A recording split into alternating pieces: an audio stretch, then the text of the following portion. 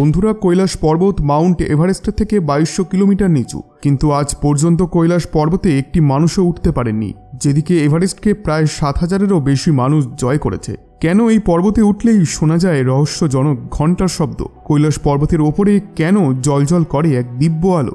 নাসার বিজ্ঞানীরা কি দেখেছিল কৈলাসে? সত্যি কি আজও ভগবান শিব কৈলাস পর্বতে নিবাস করেন? একজন মাত্র মহামানুষ যিনি কৈলাস পর্বতে উঠেছিলেন, তিনি সেখান থেকে ফিরে আর কোনো কথাই বলতে পারেননি। বন্ধুরা, কৈলাস পর্বতের উচ্চতা 6638 মিটার, যেদিকে মাউন্ট এভারেস্ট 8848 মিটার। এরপরেও মানুষ এভারেস্টে উঠতে সক্ষম হলেও মাউন্ট কৈলাসে নয়, কারণ এই পর্বতের পরিধিতে রয়েছে অসীম শক্তি এবং এই শক্তি কাউকেই পর্বতের ওপরে উঠতেই দেয় না। এবং বেশিরভাগ লোকই হয়তো মাঝ পথেই হাল ছেড়েছেন, আর না হলে প্রাণে বেঁচে আর ফিরতেই পারেননি। কিন্তু গোটা পৃথিবীতে কেমন একজনই এমন ব্যক্তি ছিলেন যিনি কৈলাস পর্বতের ওপরে উঠে আবার জীবিত অবস্থায় ফিরে এসেছিলেন। কে উনি জানবো এই ভিডিওতে। তার সাথে আরও নতুন নতুন রহস্যের ব্যাপারে জানবো, যেগুলি এর আগে আপনি কোথাও শোনেননি। বন্ধুরা, খুব অদ্ভুত একটি বিষয় যে ধর্মগ্রন্থে কৈলাস পর্বতের নির্মাণ নিয়ে সঠিক কোনো ব্যাখ্যাই নেই। অর্থাৎ বিস্তারে বললে, আপনি যদি পুরাণ দেখেন তাহলে তার সংখ্যা 18, কিন্তু কোনো পুরাণেই কৈলাস সংক্রান্ত কোনো তথ্যই নেই। যেমন এটি কোন সময় বানানো হয়েছে, কে বানিয়েছিল এবং কিভাবে বানানো হয়েছে। কিন্তু সত্য যুগে ভগবান শিব কৈলাস পর্বতকে নিজের নিবাসস্থল বানিয়েছিলেন এমন তথ্য দেওয়া রয়েছে। যখন মাতা পার্বতী রেগেছিলেন তখন ভগবান শিবজি কৈলাস পর্বতে গিয়েছিলেন এবং পরে পরিবার সহিত তিনি এখানেই নিবাস করতে আরম্ভ করেন। হিন্দু ধর্মে কৈলাস পর্বত খুবই পবিত্র একটি জায়গা। বৌদ্ধ ধর্মে কৈলাস পর্বতকে মাউন্ট মেরু বলা হয়েছে। আশ্চর্যের বিষয় হলো, এখানেও কৈলাস পর্বতের নির্মাণ নিয়ে কোনো ব্যাখ্যাই নেই। জৈন ধর্মগ্রন্থ অনুসারে জৈন ধর্মগুরু ঋষভদেব ওই পর্বতের ওপরেই মোক্ষ লাভ করেছিলেন, কিন্তু এর নির্মাণের কোনো ব্যাখ্যা কোথাও নেই।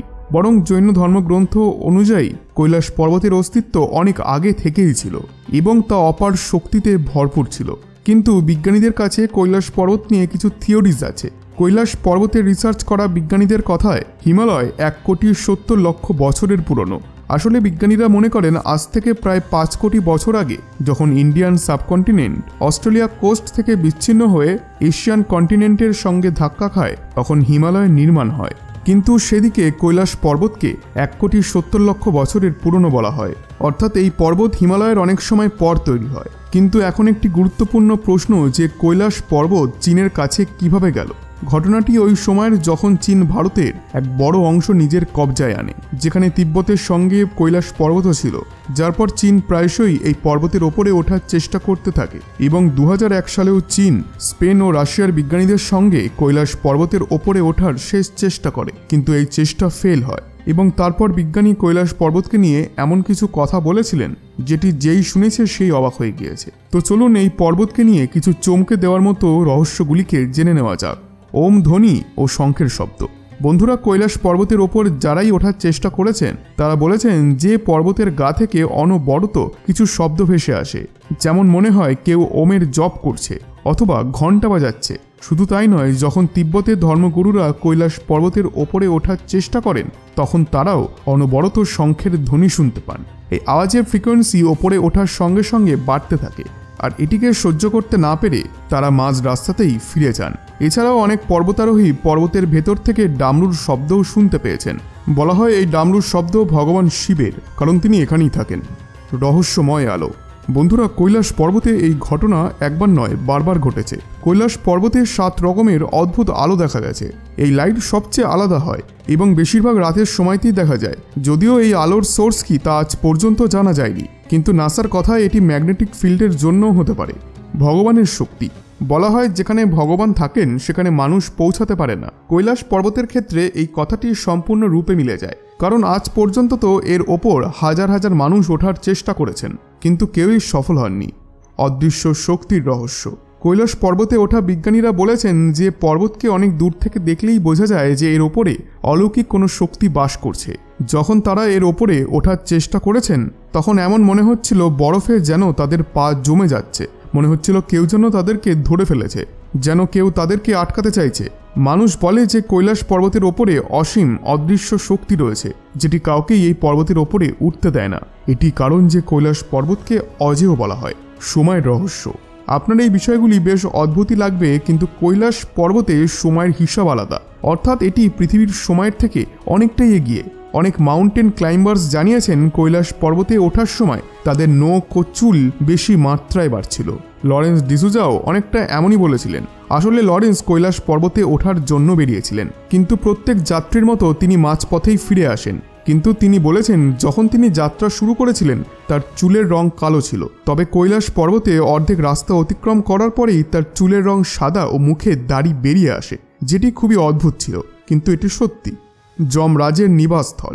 কৈলাস পর্বতে একটি জায়গা রয়েছে যেটিকে যমরাজের স্থান বলা হয়। কাহিনী অনুসারে এই স্থানে যমরাজ বাস করেন, তিনি আজও এখানেই নিবাস করেন।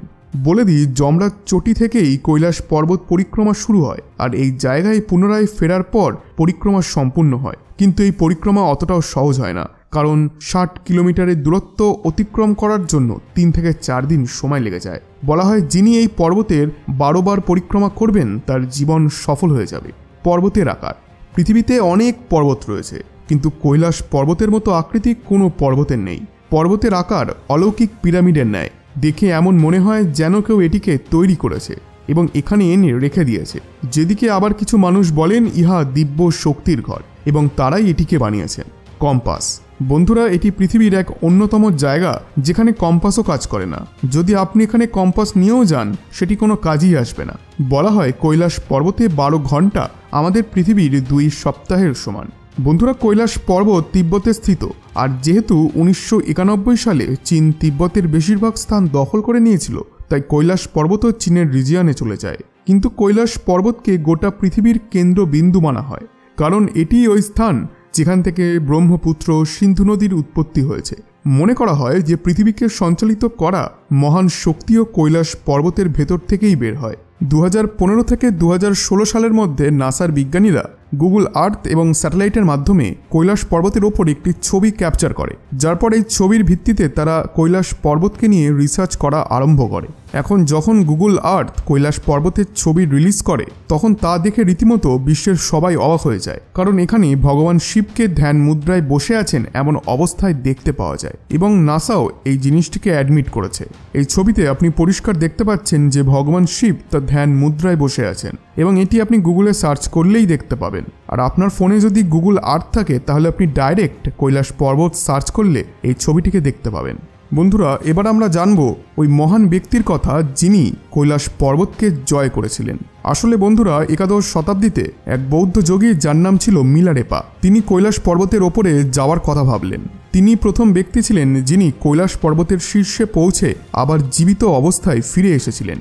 কিন্তু রহস্যের বিষয় হলো, সাধারণ মানুষ যখন তাকে জিজ্ঞাসা করেন যে তিনি কৈলাস পর্বতের ওপরে কি দেখলেন, সেখানে কি ভগবান শিব রয়েছেন, তখন মিলারেপা সবার কথা শান্তভাবে শুনলেন, কিন্তু কোনো উত্তর দিলেন না। এমন মনে হচ্ছিল যে তিনি তার মুখের স্বর হারিয়ে ফেলেছেন। আর ওই দিনের পর থেকে মিলারেপা আর কোনো দিনও কথা বলেননি। বন্ধুরা, এটি একটি খুবই চমকানোর মতো বিষয় যে তিনি কিভাবে কৈলাস পর্বতের ওপরে থাকা ওই অলৌকিক শক্তিকে অতিক্রম করলেন, তার সাথে কি হয়েছিল, কেন তিনি কৈলাস পর্বত থেকে ফিরে আর একটিও কথা বলেননি, এটি আজও এক মিস্ট্রি রয়ে গেছে।